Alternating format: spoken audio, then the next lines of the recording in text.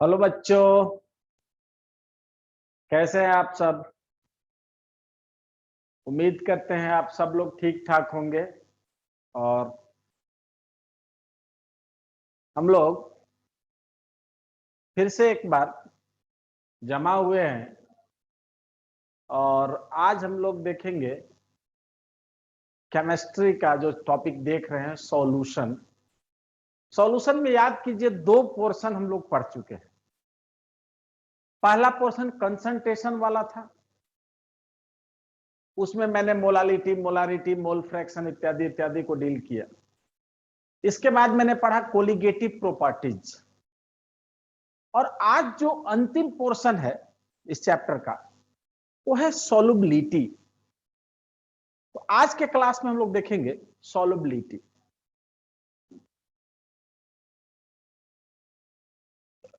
Topic का नाम है सॉल्यूशन। और सॉल्यूशन में आज का जो टॉपिक है वो है सॉल्युबिलिटी।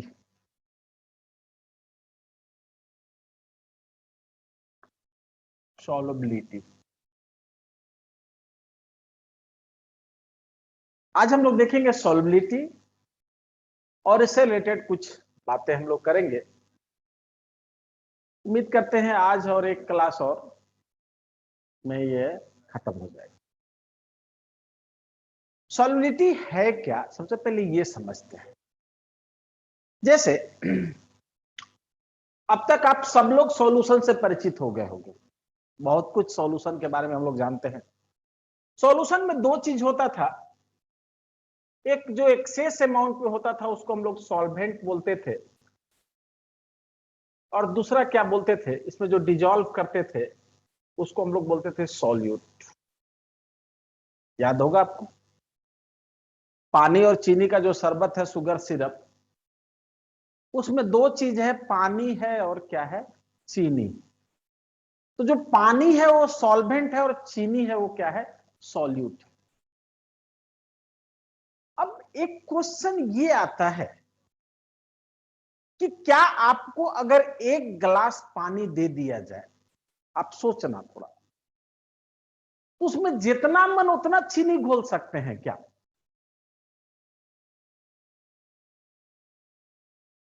क्वेश्चन आप मेरा सुनेंगे।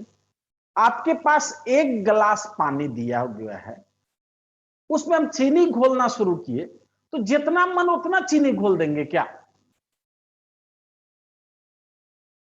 तो आपका जवाब होगा नहीं सर, एक लिमिट तक चीनी घुलेगा, इसके बाद चीनी का घुलना क्या हो जाएगा, बंद हो जाएगा। या दूसरे शब्दों में कहें तो जितना चीनी सर घुलेगा उतना ही चीनी नीचे क्या हो जाएगा, बैठते चला जाएगा। तो याद रखना आप कि जब कभी सॉल्वेंट में सॉल्यूट मिलाते हैं तो लिमिटेड अमाउंट ऑफ सॉल्यूट उसमें घुल पाता है। ठीक है, अब फिर से एक बात हम करें कि ऐसा नहीं है कि मेरे पास एक गिलास पानी है तो चीनी जितना, अगर मान लेते हैं थोड़ी देर के लिए कि चीनी इसमें 100 ग्राम घुला, चीनी कितना घुला सर, 100 ग्राम। अब चीनी 100 ग्राम घुला तो इसका ये कतई मतलब नहीं है कि इसी 100 ग्राम पानी में नमक भी 100 ग्राम घुलेगा। समझ रहे हैं, नमक भी 100 ग्राम घुलेगा इसकी कोई गारंटी नहीं है। ग्लूकोज भी 100 ग्राम घुले इसकी भी कोई गारंटी नहीं है। यूरिया भी 100 ग्राम घुले इसकी भी कोई गारंटी नहीं। ये क्लास हम पलामू में ले रहे हैं और उन बच्चों के लिए ले रहे हैं जिनके घर में करीब करीब हमको पता है हर के घर में खेती वगैरह होता होगा। अभी तो बच्चों का अटेंडेंस भी कम होता है, तो देखिएगा आप सबके घर में यूरिया खाद होगा। अभी के समय में सबके घर में यूरिया खाद है, और कुछ नहीं तो नमक है, नमक है, यूरिया खाद है, चीनी है। आप कीजिएगा कि एक गिलास पानी लीजिए, एक ही टाइप का 3 गिलास लीजिए। एक गिलास ए है, एक गिलास बी है, और एक गिलास क्या है, सी। तीनों में आप पानी बराबर अमाउंट में लीजिए, नाप नाप के लीजिएगा तीनों में पानी, और एक में चीनी तौल के घोलिएगा कि कितना चीनी घुला, उसको भी तौल के देखिएगा। दूसरे में नमक देखिएगा, और तीसरे में यूरिया देखिए, तो आपको समझ में आएगा कि नहीं सर, तीनों बराबर बराबर नहीं घुलता है। क्लियर? तीनों बराबर बराबर नहीं घुलेगा। ऐसा नहीं है कि अगर 100 ग्राम चीनी घुला है तो 100 ग्राम नमक घुलेगा और 100 ग्राम यूरिया घुलेगा। डीएपी भी है आपके घर में, अभी तो आपके घर में डीएपी भी पड़ा होगा, डीएपी खाद भी घोल के देखिए, तो देखोगे कि सब में सॉल्वेंट का अमाउंट सेम है, पानी का अमाउंट सब में क्या है, सेम है, लेकिन सब में सॉल्यूट इक्वल अमाउंट में नहीं घुला। आज जो हम लोग सॉल्युबिलिटी पढ़ने जा रहे हैं, सॉल्युबिलिटी में यही है सॉल्युबिलिटी कि दिए हुए सॉल्वेंट में कितना सॉल्यूट घुल रहा है, उसी को क्या कहते हैं, सॉल्युबिलिटी। दिए हुए सॉल्वेंट में कितना सॉल्यूट घुल रहा है, इसी को हम लोग क्या कहते हैं बाबू, सॉल्युबिलिटी। जैसे अगर माई देव मान लेते हैं थोड़ी देर के लिए कि इसमें अगर 100 ग्राम घुल रहा है, 1 लीटर था, 100 ग्राम घुलेंगे तो इसका सॉल्युबिलिटी लिखेंगे 100 ग्राम प्रति लीटर। जैसे यूरिया देखे कि 100 ग्राम घुला, मान लेते हैं कि कितना घुला, 100 ग्राम। ये देखे कितना घुला, 200 ग्राम। ये मान लेते हैं कि ये घुला 50 ग्राम, तो हम लोग कह देंगे सर यूरिया का सॉल्युबिलिटी कितना है, 100 ग्राम प्रति लीटर।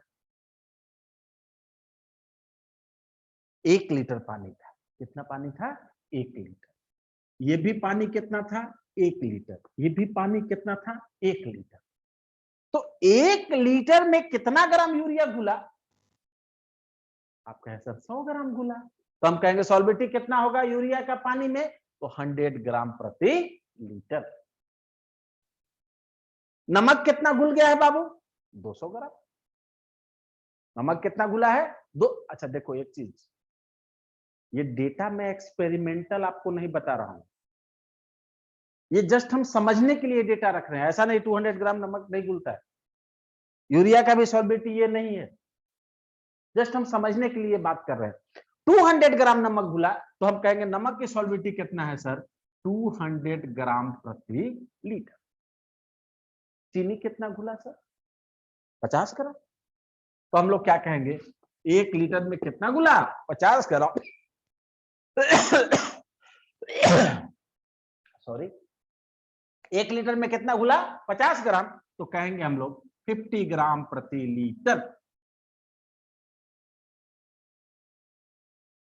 अगर कोई आपसे पूछे कि सॉल्युबिलिटी क्या है, तो हम कहेंगे कि सर सॉल्वेंट में कितना सॉल्यूट घुल रहा है, जो सॉल्वेंट आप दिए हैं उसमें कितना सॉल्यूट घुल रहा है, ये बताने का एक तरीका है, क्या चीज, सॉल्युबिलिटी। अब देखो सॉल्युबिलिटी दो बातों पे डिपेंड करता है मुख्य रूप से, जिसको आप कंट्रोल करते हैं। एक है टेम्परेचर और दूसरा है प्रेशर। बड़ी डिटेल बात करेंगे इसका, टेम्परेचर और प्रेशर को बहुत डिटेल इस टॉपिक में देखने वाले हैं।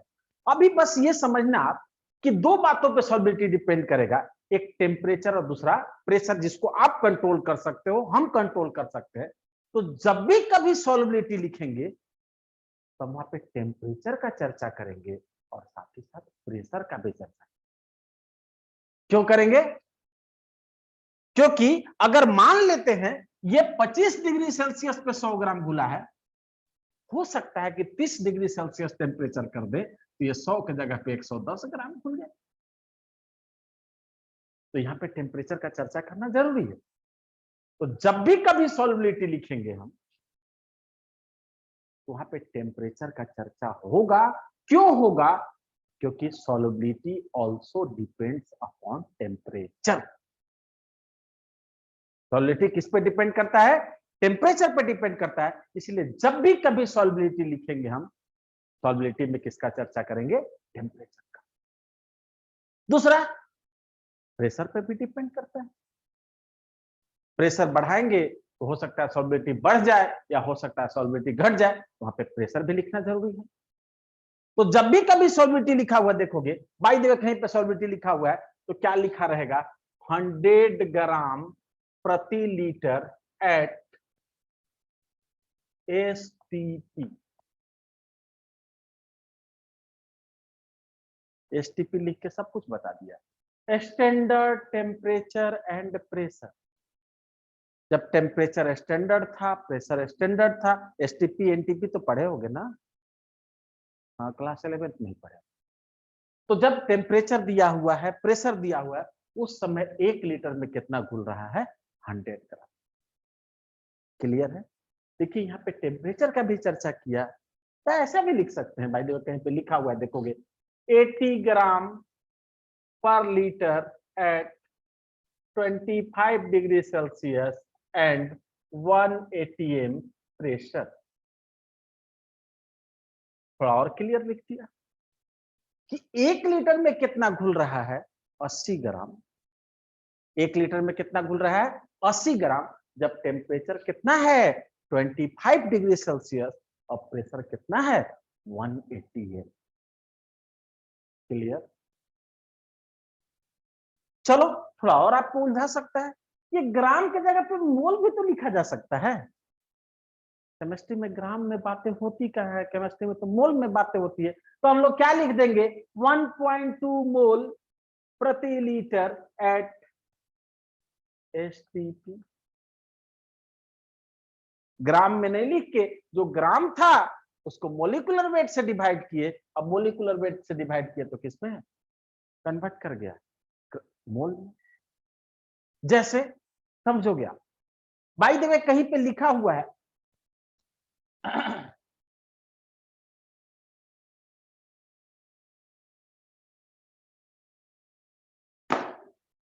solubility of glucose, solubility of glucose equal to 180 ग्राम प्रति litre at 25 degree Celsius and 1 atm pressure. ऐसा लिखा। क्या समझे आप लोग कि ग्लूकोज के जो लिक्विड दिया हुआ है, जो सॉल्वेंट दिया हुआ है, उसमें ग्लूकोज कितना घुलता है, 180 ग्राम। कितना में, 1 लीटर में। कब, जब टेम्परेचर कितना हो 25 डिग्री सेल्सियस और प्रेशर कितना हो 180। इसी को हम चाहें तो 180 ग्राम जो है बाबू, इसको 1 मोल भी तो लिख सकते हैं ग्लूकोज के केस में ना। 180 ग्राम बराबर कितना मोल, 1 मोल। ये तो आप जानते हो ना ग्लूकोज के लिए, तो क्या लिख देंगे, इसी को लिख सकते हैं 1 मोल प्रति litre at 25 degree Celsius and 1 atm pressure.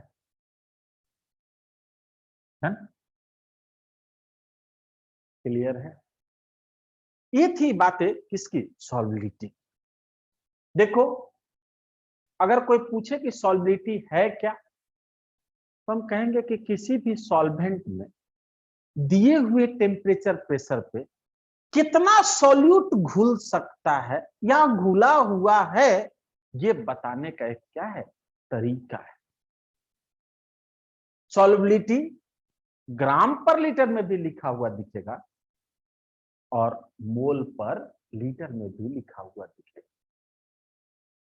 Solubility यहां तक तो अब तो क्लियर हो गया होगा कि टेम्परेचर प्रेशर का चूंकि चर्चा कर रहे हैं, तो सॉल्युबिलिटी 2 बातों पे तो कम से कम डिपेंड करता ही होगा। एक पहला है टेम्परेचर और दूसरा क्या है, प्रेशर। क्लियर? इसको हम अभी लेके आ रहे हैं, चलिए आगे बढ़ते हैं।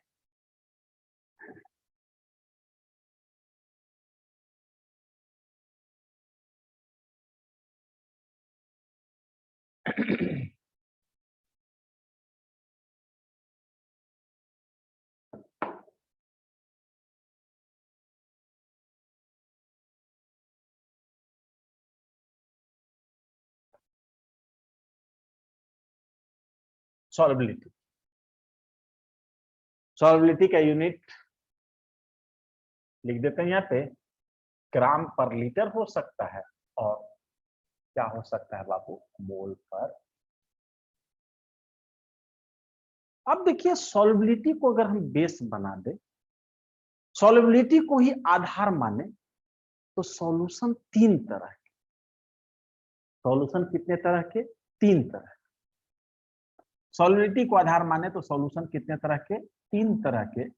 पहला होगा अनसेचुरेटेड सॉल्यूशन। दूसरा क्या होगा? Saturated solution. और तीसरा क्या होगा? Super saturated solution. सॉल्युबिलिटी के आधार पे सॉल्यूशन कितने तरह के? तीन तरह।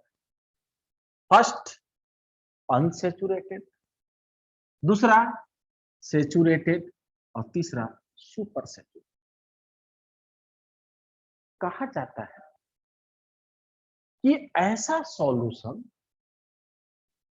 जिसमें अभी और सॉल्यूट मिलाया जा सकता है,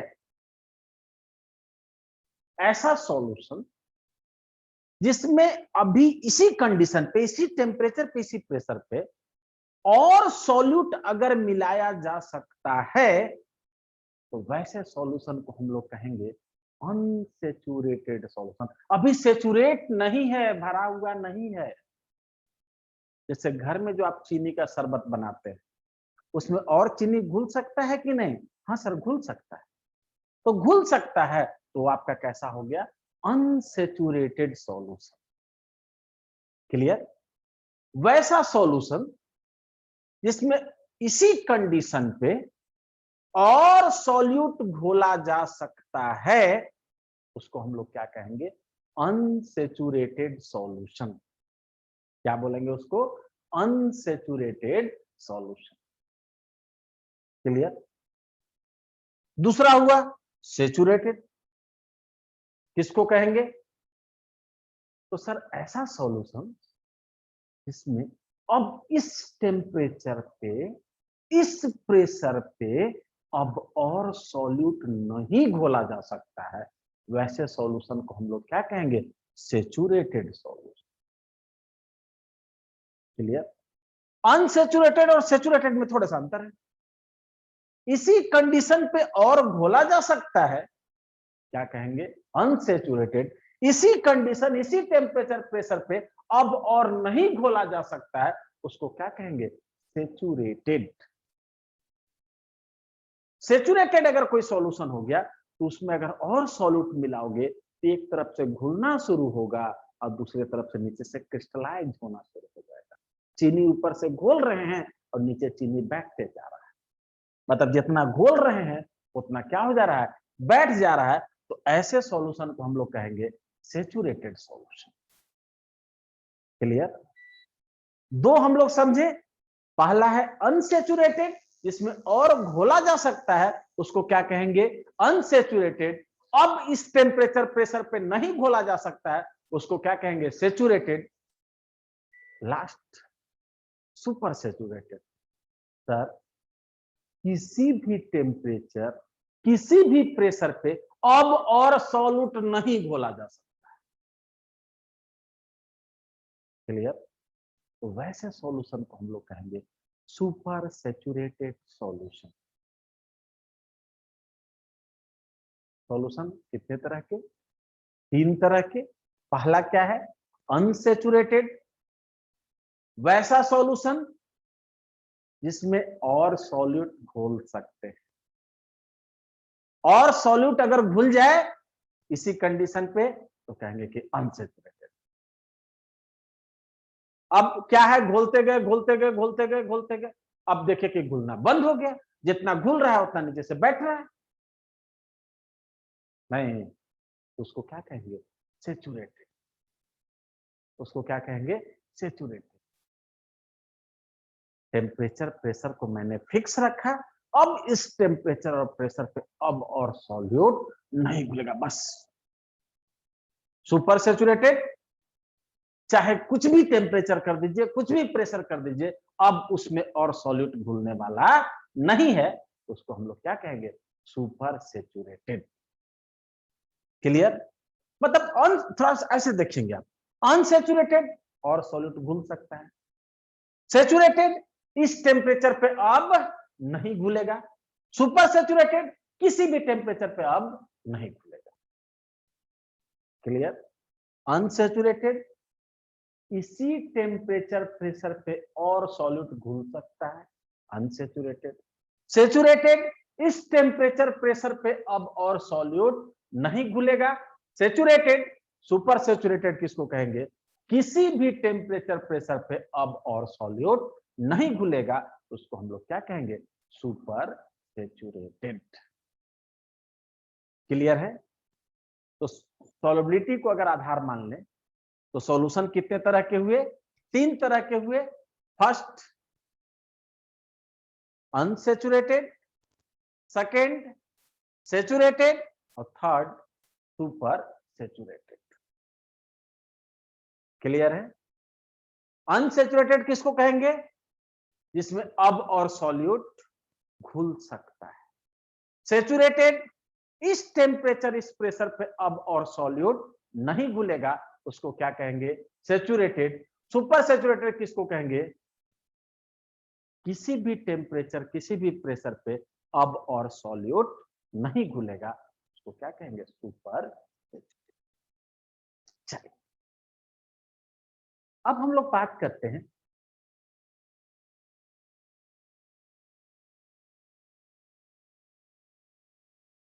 आखिर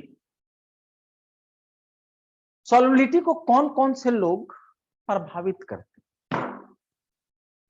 उन कारकों को देखेंगे, उन फैक्टर्स को देखेंगे जो सॉल्युबिलिटी को क्या करते हैं? अफेक्टेड करते हैं। फैक्टर अफेक्टिंग सॉल्युबिलिटी, वो कौन कौन से फैक्टर हैं जो सॉल्युबिलिटी को क्या करते हैं? प्रभावित करते हैं। तो देखो, सॉल्युबिलिटी को प्रभावित करने वाले 3 कारक हैं, मुख्य रूप से अगर कहा जाए तो 3। पहला नेचर, दूसरा टेम्परेचर और तीसरा प्रेशर। तीसरा क्या है?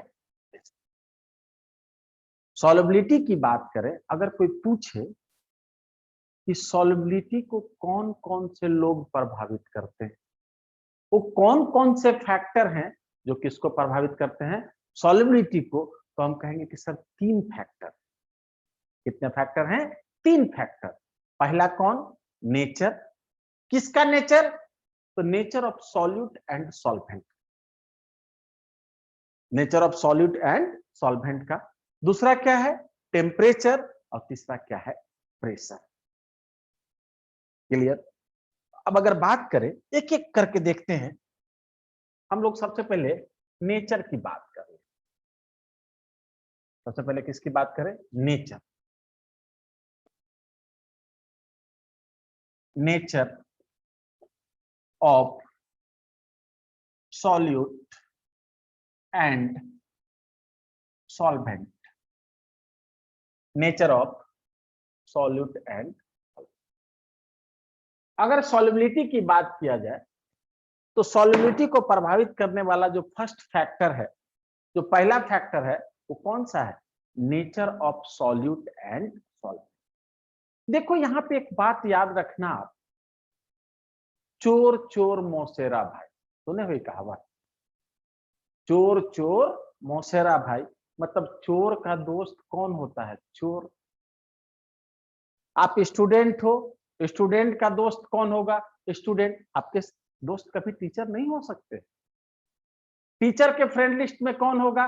तो टीचर्स होंगे। स्टूडेंट के फ्रेंड लिस्ट में कौन होंगे? तो स्टूडेंट होंगे। कोई चोर है, उसके फ्रेंड लिस्ट में कौन होगा? चोर। चोर चोर मौसेरा भाई।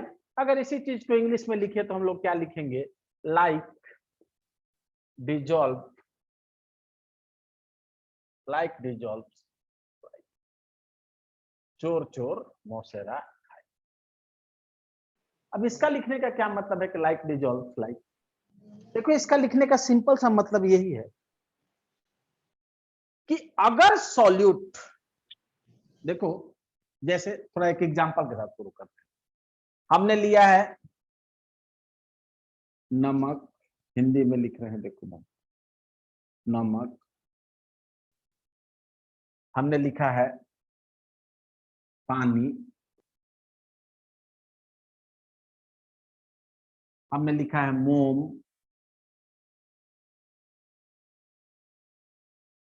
और हमने लिखा है डीजल। आई थिंक ऐसे लिखा है। ये चारों चीज से आप परिचित हो गए। नमक से परिचित हो, पानी से परिचित हो, मोम से परिचित हो, और डीजल से भी परिचित हो। देखोगे नमक बड़ी आसानी के साथ पानी में घुल जाता है। नमक जो है बड़ी आसानी के साथ किसमें घुल गया? पानी में। लेकिन इसी नमक को अगर डीजल में घोलना चाहोगे तो नहीं घुलेगा ना। डीजल में नमक घोल के देखना, घर में पेट्रोल होगा, पेट्रोल में नमक घोल के देखना, नहीं घुलेगा। जस्ट अगर दूसरा देखें, जो आपके घर में मोम है, वैक्स है, उसको पानी में घोलने जाओ तो ये घुलेगा क्या? नहीं घुलेगा।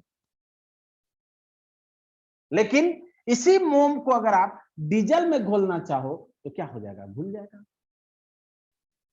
बड़ा एक इंटरेस्टिंग बात है कि नमक पानी में तो घुल रहा है, लेकिन यही डीजल में नहीं घुल रहा है। मोम जो है वो डीजल में तो घुल जा रहा है, पेट्रोल में घुल जा रहा है, किरासन तेल में घुल जा रहा है, लेकिन पानी में नहीं घुल रहा है। तो यहाँ पे वही बात आती है, चोर चोर मौसेरा भाई। ये दोनों देखो मौसेरा भाई की भांति है। नमक का मौसेरा भाई पानी, लेकिन नमक का दुश्मन कौन हो गया? डीजल। मोम का मौसेरा भाई कौन? डीजल। यहाँ पे अगर बात करेंगे तो याद रखना, ये जो नमक है ये पोलार है, पोलार सॉल्यूट है, और ये भी कैसा है? पोलर। जबकि ये कैसा है? नॉन पोलर है, और ये भी कैसा है? Non polar. याद रखेंगे आप, पोलर में कौन घुलेगा? पोलर। पोलर में कौन घुलेगा? पोलर। नॉन पोलर में कौन घुलेगा? Non polar. अगर पोलर में नॉन पोलर घोलना चाहोगे तो नहीं घुलेगा। हमेशा याद रखेंगे आप कि पोलर में कौन घुलेगा? पोलर। अगर पोलर सॉल्यूट है तो पोलर सॉल्वेंट में घुल जाएगा, अगर नॉन पोलर सॉल्यूट है तो नॉन पोलर सॉल्वेंट में घुलेगा। चोर चोर मौसेरा। क्लियर है? ये कहानी समझ में आया? चोर चोर मौसेरा भाई, उम्मीद करते हैं समझ में आया होगा कि अगर कोई पोलर है तो किसमें घुलेगा? पोलर में। नॉन पोलर है तो किसमें घुलेगा? Non polar. Like dissolve like, चोर चोर मौसेरा भाई। पोलर का दोस्त पोलर, और नॉन पोलर का दोस्त कौन? Non polar. कभी भी पोलर में नॉन पोलर नहीं घुले। क्लियर? दूसरा एक फैक्टर लेके आते हैं, nature of solute and solvent. यहां पे क्या याद रखें हम लोग कि पोलर में कौन घुलेगा? पोलर। और नॉन पोलर में कौन घुलेगा? Non polar. याद रखेंगे कि पोलर में कभी भी नॉन पोलर नहीं घुलेगा। अब आपके मन में शायद एक क्वेश्चन आ रहा होगा कि सर पोलर किसको कहते हैं, नॉन पोलर किसको कहते हैं? तो उसकी बात कभी क्लास 11th में हुई होगी, या फिर कभी जब ऑर्गेनिक कभी पढ़ाएंगे तो ऑर्गेनिक में इसका चर्चा हम लोग करेंगे। अभी उसके लिए सही समय नहीं। अब दूसरा हम लोग फैक्टर लेके आते हैं, टेम्परेचर। दूसरा एक फैक्टर लेके आ रहे हैं क्या बाबू? देखो टेम्परेचर को समझने के लिए आपको हम एक बढ़िया एग्जांपल दे रहे हैं, और इस से समझोगे बड़ी आसानी के साथ समझ में आ जाएगा। मैगी तो आप लोग सबको ही, कम से कम जितने लोग देख रहे हो या जितने लोग इस वीडियो को देखोगे, उन सबको ये तो कम से कम पता है कि मैगी कैसे बनता है। क्लियर? आज 16 अगस्त है, कल 15 अगस्त था, जलेबी दुकान में जलेबी भी बनते देखे हो। जलेबी बनाने वाले लोग को देखना आप क्या करते हैं, पानी में चीनी मिलाते हैं, सीरा बोलते हैं हम लोग के यहाँ, आप लोग भी शायद सीरा ही बोलते होंगे। फिर जलेबी छानते हैं, उसमें डुबाते हैं। नहीं तो वो सीरा कैसे बनाते हैं, वो लोग जो चाशनी बनाते हैं वो कैसे बनाते हैं? देखो करते क्या है कि थोड़ा सा पानी लेंगे और उसको चूल्हे पे चढ़ाएंगे गर्म कर, और गर्म करेंगे, उसमें चीनी डालते जाएंगे। देखोगे ऐसे उतना गाढ़ा आप नहीं घोल सकते हो, लेकिन चूंकि गर्म कर रहे हैं तो गर्म कर रहे हैं तो ज्यादा से ज्यादा चीनी घुलते जा रहा है। मतलब टेम्परेचर बढ़ा रहे हैं तो चीनी का सॉल्युबिलिटी पानी में क्या हो रहा है, बढ़ रहा है। टेम्परेचर जब बढ़ा रहे हैं तो ज्यादा चीनी घुल रहा है पानी में, मतलब टेम्परेचर बढ़ाने के बाद पानी में चीनी का सॉल्युबिलिटी क्या हो रहा है, बढ़ रहा है। जस्ट दूसरा एक एग्जांपल लेते हैं। मैगी बनाते समय पानी गर्म करते हो, तो पानी जब गर्म करते हो तो उसमें देखोगे बबल्स निकलता है, बुलबुला निकलता है। अगर नहीं देखे होगे तो आज जाके घर में पानी गर्म कीजिए, मैगी भी बना के खा लेना। पानी गर्म कीजिए, उसमें देखिए कि उससे बबल्स निकल रहे हैं, पानी में से बुलबुला, हवा का बुलबुला निकल रहा है। वो बुलबुला आया कहां से, पानी के अंदर कहां छुपा हुआ था भैया? वो बुलबुला आया कहां से? वो पानी में गैस पहले से घुला हुआ था, और वो जो गैस घुला हुआ था अब टेम्परेचर बढ़ा रहे हैं तो इसकी सॉल्युबिलिटी कम हो रही है, और कम हो रही है तो जो बेसी हो जा रहा है उससे निकल रहा है। मतलब दो अलग अलग बातें। पहला केस 1 हो जाएगा यहां पे, when solute dissolve in liquid, solid dissolve in liquid, when solute नहीं, sorry, solid, when solid dissolve in liquid। और केस 2 हो जाएगा, case 2 when gas dissolve in liquid। दो अलग अलग केस पर, पहला जब सॉलिड को किसमें घोल रहे हैं, पानी में, लिक्विड में, और दूसरा जब गैस को घोल रहे हैं किसमें, लिक्विड। तो याद रखना बाबू, सॉलिड वाला एग्जांपल रखना जलेबी, चीनी को घोल रहे हैं किसमें, पानी में, और यहाँ पे इसका एग्जांपल रखना मैगी वाला, पानी, मैगी बनाने के लिए पानी हम लोग क्या कर रहे हैं, गर्म कर। तो जब सॉलिड को घोलोगे पानी में तो ये टेम्परेचर जब बढ़ाओगे ना तो सॉल्युबिलिटी क्या होगा, बढ़ेगा। टेम्परेचर बढ़ाएंगे तो सॉल्युबिलिटी क्या होगा, बढ़ेगा। जबकि यहां पे जस्ट उल्टा है, आप टेम्परेचर जब बढ़ा रहे थे, पानी को गर्म कर रहे थे, तो बबल क्या हो रहा था, याद करो यार, ये पानी है और जब गर्म करते हैं तो देखिए वैसे ऐसे बबल्स निकलता है बाहर, ऐसे से बुलबुला। तो टेम्परेचर बढ़ा रहे हैं तो सॉल्युबिलिटी क्या हो रहा है, कम। दोनों जगह टेम्परेचर का रोल अलग अलग। जब सॉलिड को घोल रहे हैं लिक्विड में, उस समय टेम्परेचर बढ़ा रहे थे तो सॉल्युबिलिटी बढ़ रहा था, मतलब टेम्परेचर बढ़ा रहे थे तो ज्यादा चीनी घुल रहा था। चीनी का सीरा बनाने के लिए, जलेबी बनाने के लिए, याद है ना, टेम्परेचर बढ़ा रहे थे तो सॉल्युबिलिटी यहाँ पे चीनी का क्या हो रहा था, बढ़ रहा था। लेकिन जब मैगी बनाने के लिए पानी गर्म कर रहे थे टेम्परेचर बढ़ाने लगे तो वहां से गैस का बुलबुला निकलने लगे, मतलब टेम्परेचर बढ़ा रहे हैं तो सॉल्युबिलिटी क्या हो रहा है, कम हो रहा है। ये टेम्परेचर के समानुपाती है, टेम्परेचर का डायरेक्टली प्रोपोर्शनल है, मतलब टेम्परेचर ज्यादा तो सॉल्युबिलिटी ज्यादा, टेम्परेचर कम तो सॉल्युबिलिटी कम। ये इनवर्सली प्रोपोर्शनल है, व्युत्क्रमानुपाती है, टेम्परेचर ज्यादा तो सॉल्युबिलिटी कम और टेम्परेचर कम तो सॉल्युबिलिटी क्या चीज, ज्यादा। मतलब कह सकते हैं कि सर ये इंडोथर्मिक फेनोमेना है।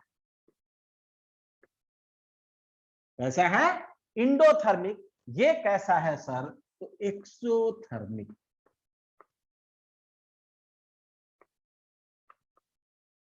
अब कहोगे सर एक तो नया चीज ले आया, इंडोथर्मिक एक्सोथर्मिक, ये क्या है सर?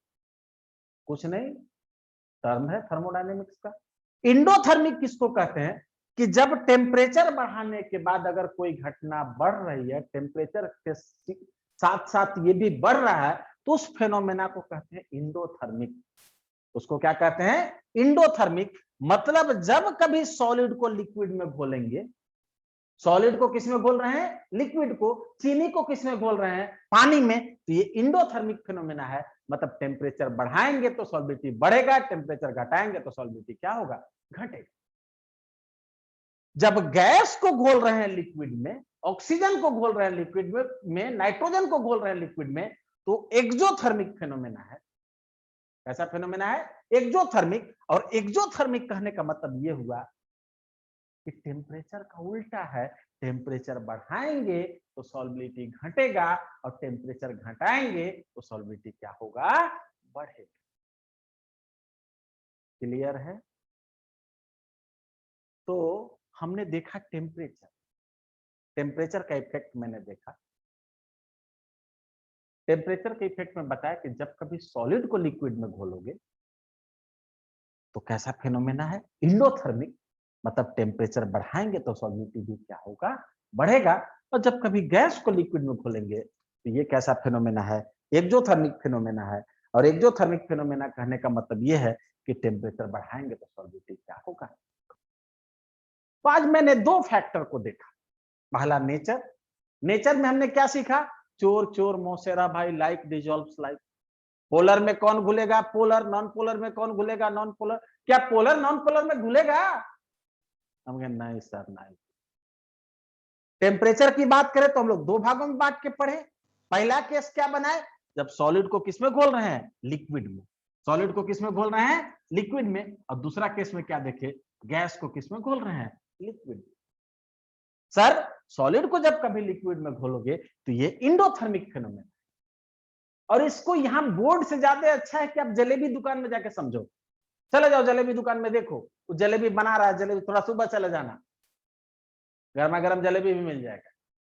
देखोगे कैसे शीरा बनाता है, तो देखो चीनी चढ़ा दिया है गैस पे और गर्म कर रहा है, और चीनी चीनी चीनी चीनी डाल रहा है, टेम्परेचर बढ़ाते जा रहे हैं, सॉल्युबिलिटी बढ़ते जा रहा है। और ये तो घर में ही समझ सकते हो, मैगी ले आओ 5 रुपए वाला, 2 मिनट वाला मैगी, मैगी भी खा लेना, ये भी समझ लेना। गैस को गर्म करना, जब वो पानी को गर्म करते उसको ध्यान से देखना, उससे